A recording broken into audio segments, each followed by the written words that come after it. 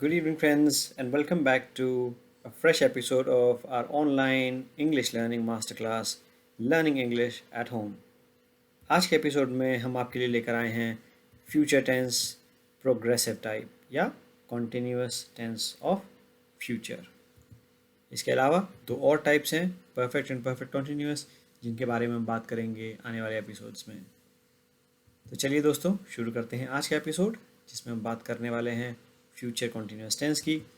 सबसे पहले देख लेते हैं कि किस टाइप के सेंटेंस में किस समय पर हम फ्यूचर कॉन्टिन्यूअस टेंस का इस्तेमाल करते हैं। फ्यूचर कॉन्टिन्यूअस टेंस इस्तेमाल किया जाता है उस एक्शन को एक्सप्रेस करने के लिए जो किसी समय में हो रहा होगा। फ्यूचर में, भविष्य में जो घटना घट रही होगी, उस समय को दर्शाने के लिए आप इस्तेमाल करते हैं फ्यूचर कॉन्टिन्यूअस टेंस का। इट मे और may not have a mention of time in it. ये चीज़ हमेशा याद रखिएगा, ये आपको काम आएगी तब भी जब आप पढ़ रहे होंगे फ्यूचर परफेक्ट कॉन्टिन्यूअस टेंस को। इसमें समय का जिक्र हो भी सकता है, नहीं भी हो सकता है, ठीक है, लेकिन स्टार्टिंग टाइम नहीं होगा किसी घटना का, ठीक है। वो क्यों नहीं होगा? क्योंकि अगर स्टार्टिंग टाइम दिया होगा किसी घटना का कि किस समय से कोई घटना हो रही है या किस समय से कोई एक्टिविटी हो रही है, तब वो फिर फ्यूचर कॉन्टिन्यूस नहीं रह जाएगा, वो फ्यूचर परफेक्ट कॉन्टिन्यूस हो जाएगा, ठीक है। इसको डिटेल में हम देखेंगे फ्यूचर परफेक्ट कॉन्टिन्यूस वाले सेशन में। सेंटेंस आइडेंटिफायर्स देख लेते हैं फ्रेंड्स, किस किस तरीके से आप आइडेंटिफाई करेंगे कौन सा सेंटेंस फ्यूचर कॉन्टिन्यूस का है, कौन सा नहीं है। अगर वाक्य के अंत में रहा होगा, रही होगी, रहे होगे, रहे होंगे, रहा होऊंगा या रहा होऊंगा, इस तरीके के आपको शब्द देखने मिले, तब आप पहचानिए कि ये फ्यूचर कॉन्टिन्यूअस टेंस का सेंटेंस है, ठीक।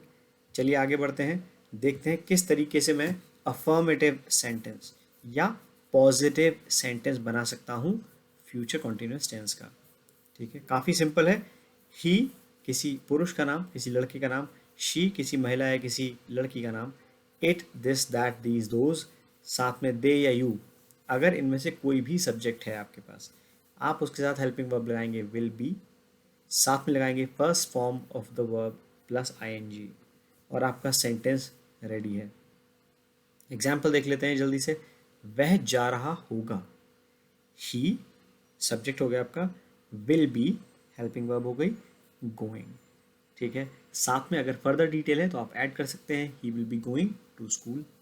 वह जा रही होगी, she will be going, go verb की फर्स्ट फॉर्म हो गई प्लस आईएनजी, गोइंग बन गया। She will be going to office, right. अगर आपके पास एडिशनल डिटेल मौजूद है आप उसे यहाँ पर मेंशन कर सकते हैं। ये मशीन चल रही होगी, this machine will be working, ठीक।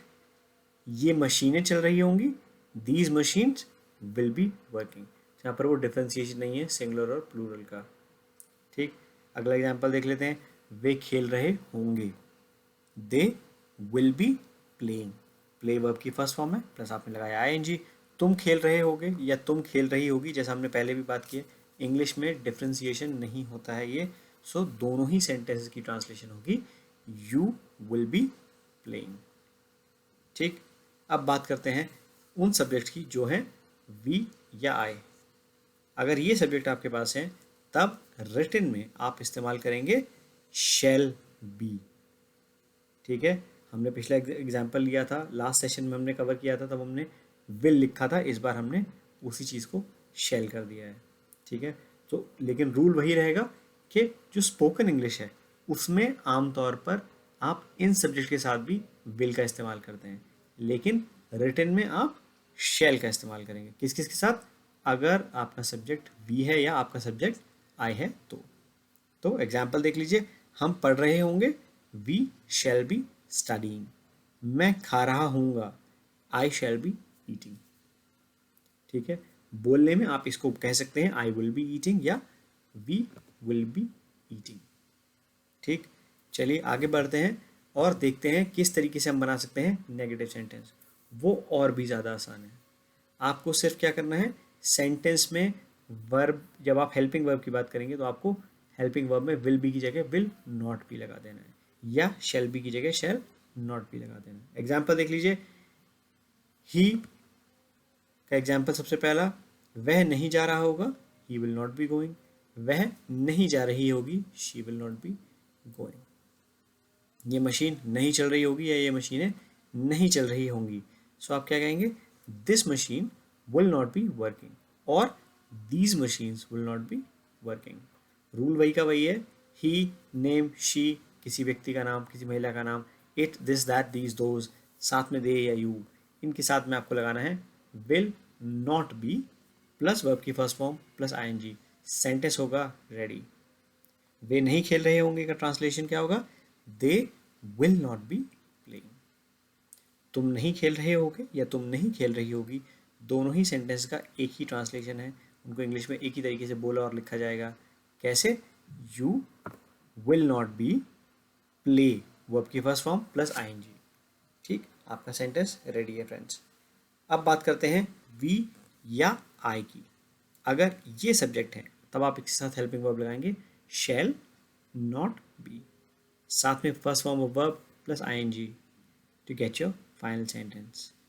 हम नहीं पढ़ रहे होंगे, we shall not be studying, या मैं नहीं खा रहा होऊंगा, I shall not be eating. बोलते हुए आप इसको we will not be studying या I will not be eating भी कह सकते हैं, वो भी सही है स्पोकन में। ठीक है, लिखते समय आप इसको इस तरीके से लिख सकते हैं। अब बात आती है तीसरे सब्जेक्ट टाइप सेंटेंस टाइप की, जो कि है इंटैरोगेटिव सेंटेंस। इंटैरोगेटिव सेंटेंस कैसे बनेगा, ये थोड़ा सा ध्यान देने वाली चीज़ है, क्योंकि इसमें एक छोटा सा डिफरेंस है। क्या है वो डिफरेंस, वो देख लेते हैं। अगर आपके पास सब्जेक्ट है ही किसी व्यक्ति का नाम, शी किसी महिला का नाम, it, this, that, those, these, they या यू, उनके साथ में आपको सेंटेंस विल से स्टार्ट करना है, राइट? पर आपको पूरा विल भी एक साथ नहीं लगा देना है, यही एक डिफरेंस है। हेल्पिंग वर्ब विल से आप स्टार्ट करेंगे, सब्जेक्ट लगाएंगे, उसके बाद बी लगाएंगे, फिर आप इस्तेमाल करेंगे first form of the verb plus ING. ठीक है, विल के बाद सब्जेक्ट, उसके बाद बी, उसके बाद first form of the verb and ING. ठीक, एक सेंटेंस बनाकर समझते हैं। क्या वह जा रहा होगा, विल, सब्जेक्ट आ गया, उसके बाद ही, उसके बाद आएगा बी और फिर आएगा वर्ब के फर्स्ट फॉर्म प्लस आईएनजी, जो कि है इस सेंटेंस में गो प्लस आईएनजी। एग्जाम्पल देखिए अगला, क्या वह ऑफिस जा रही होगी। यहाँ पर ऑफिस नहीं दिया है, बट फिर भी एक्स्ट्रा डिटेल हम डालकर समझेंगे। क्या वह ऑफिस जा रही होगी, will she be going to office, preposition लगा दिया टू ऑफिस। ठीक, क्या ये मशीन चल रही होगी, will this machine be working. तो यहाँ पर हमने क्या किया, विल को सब्जेक्ट से पहले लगाया है सेंटेंस की शुरुआत में, सेंटेंस के बाद बी लगाया है, या वर्ब के फर्स्ट फॉर्म से पहले बी लगाया है। ठीक है, अगला एग्जाम्पल देखिए, क्या वे खेल रहे होंगे, विल दे बी प्लेइंग। ठीक है, क्या ये मशीनें चल रही होंगी, एग्जाम्पल ये भी देख लीजिए, will these machines be working. ठीक है, अभी तक हमने बात की इंटैरोगेटिव सेंटेंस की, और हम साथ ही एक सेंटेंस टाइप देखते आए इंटैरोगेटिव नेगेटिव, वो भी हम इसी के साथ कवर करते हैं इंटैरोगेटिव सेंटेंस टाइप के साथ। तो इंटैरोगेटिव नेगेटिव अगर आपको बनाना है तो आप कैसे बनाएंगे, क्या तुम नहीं खेल रहे होगे या क्या तुम नहीं खेल रही होगी। तब अगर आपके पास इस तरीके का सेंटेंस कभी आ जाता है तो आप उसको किस तरीके से बनाएंगे, सब कुछ सेम रहेगा, आपको सिर्फ बी के पहले नॉट लगा देना है। ठीक, सो आप कैसे सेंटेंस बनाएंगे, विल, क्या तुम नहीं खेल रही होगी या क्या तुम नहीं खेल रहे होगे। इस सेंटेंस को बनाने के लिए आपको शुरुआत कहाँ से करनी है, विल से। उसके बाद आपको लगाना है सब्जेक्ट, जो कि है यू, फिर आप लगाएंगे नॉट बी, राइट? इंटरगेटिव में आप लगा रहे थे केवल बी, अब इंटरगेटिव नेगेटिव हो गया तब आप लगाएंगे नॉट बी, और उसके बाद आप वैसे ही वर्ब की फर्स्ट फॉर्म इस्तेमाल करेंगे प्लस आईएनजी फॉर्म। ठीक है, सो पूरा सेंटेंस क्या बनेगा, will you not be playing. ठीक है, इस तरीके से आप इंटरगेटिव नेगेटिव सेंटेंस भी बना सकते हैं। अगर आपका सब्जेक्ट है वी या आई तो आप क्या करेंगे, सबसे पहले लगाएंगे शैल, उसके बाद लगाएंगे वी या आई, फिर लगाएंगे बी, उसके बाद first form of the verb and ING, और आपका सेंटेंस मिलेगा रेडी। राइट? क्या हम पढ़ रहे होंगे? Shall we be studying. ठीक है, क्या मैं खा रहा होऊंगा? Shall I be eating. Right? ये बात हुई इंटरगेटिव और इंटरगेटिव नेगेटिव सेंटेंस की फ्यूचर कॉन्टिन्यूस टाइप में। ठीक है, आगे चलते हैं। टेंस फॉर्मूला रिवीजन शीट देख लेते हैं। पॉजिटिव सेंटेंस बनाना है, he she it name this that you they, ये सब्जेक्ट अगर हैं साथ में आप लगाइए विल बी, साथ में लगाइए वर्ब की फर्स्ट फॉर्म प्लस आईएनजी। अगर आई या वी हैं तो आप लगाइए साथ में शैल बी एंड साथ में वर्ब की first form plus ING.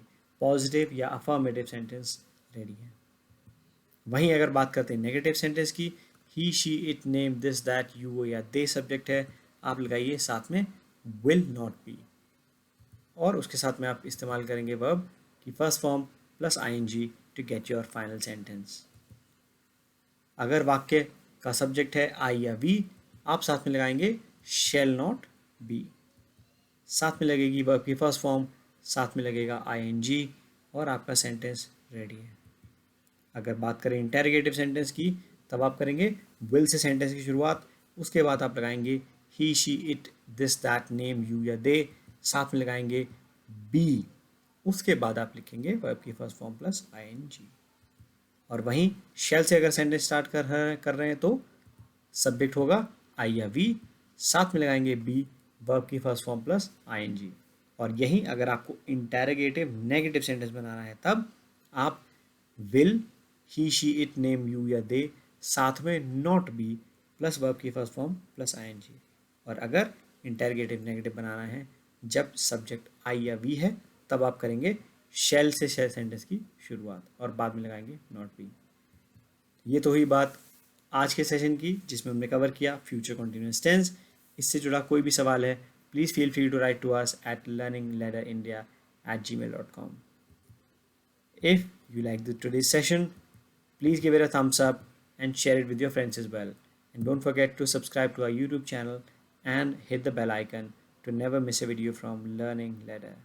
Until next time, keep learning, keep growing. Thank you.